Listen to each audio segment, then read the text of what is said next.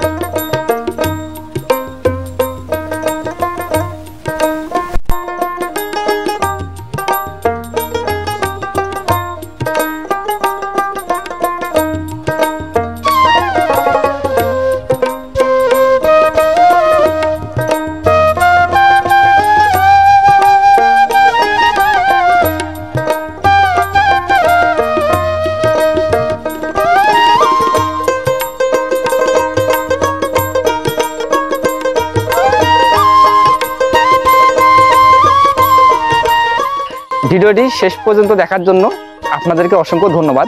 এই ভিডিওটি যদি ভালো লেগে থাকে অবশ্যই লাইক, কমেন্ট এবং শেয়ার করে আপনার মূল্যবান মতামত জানাবেন।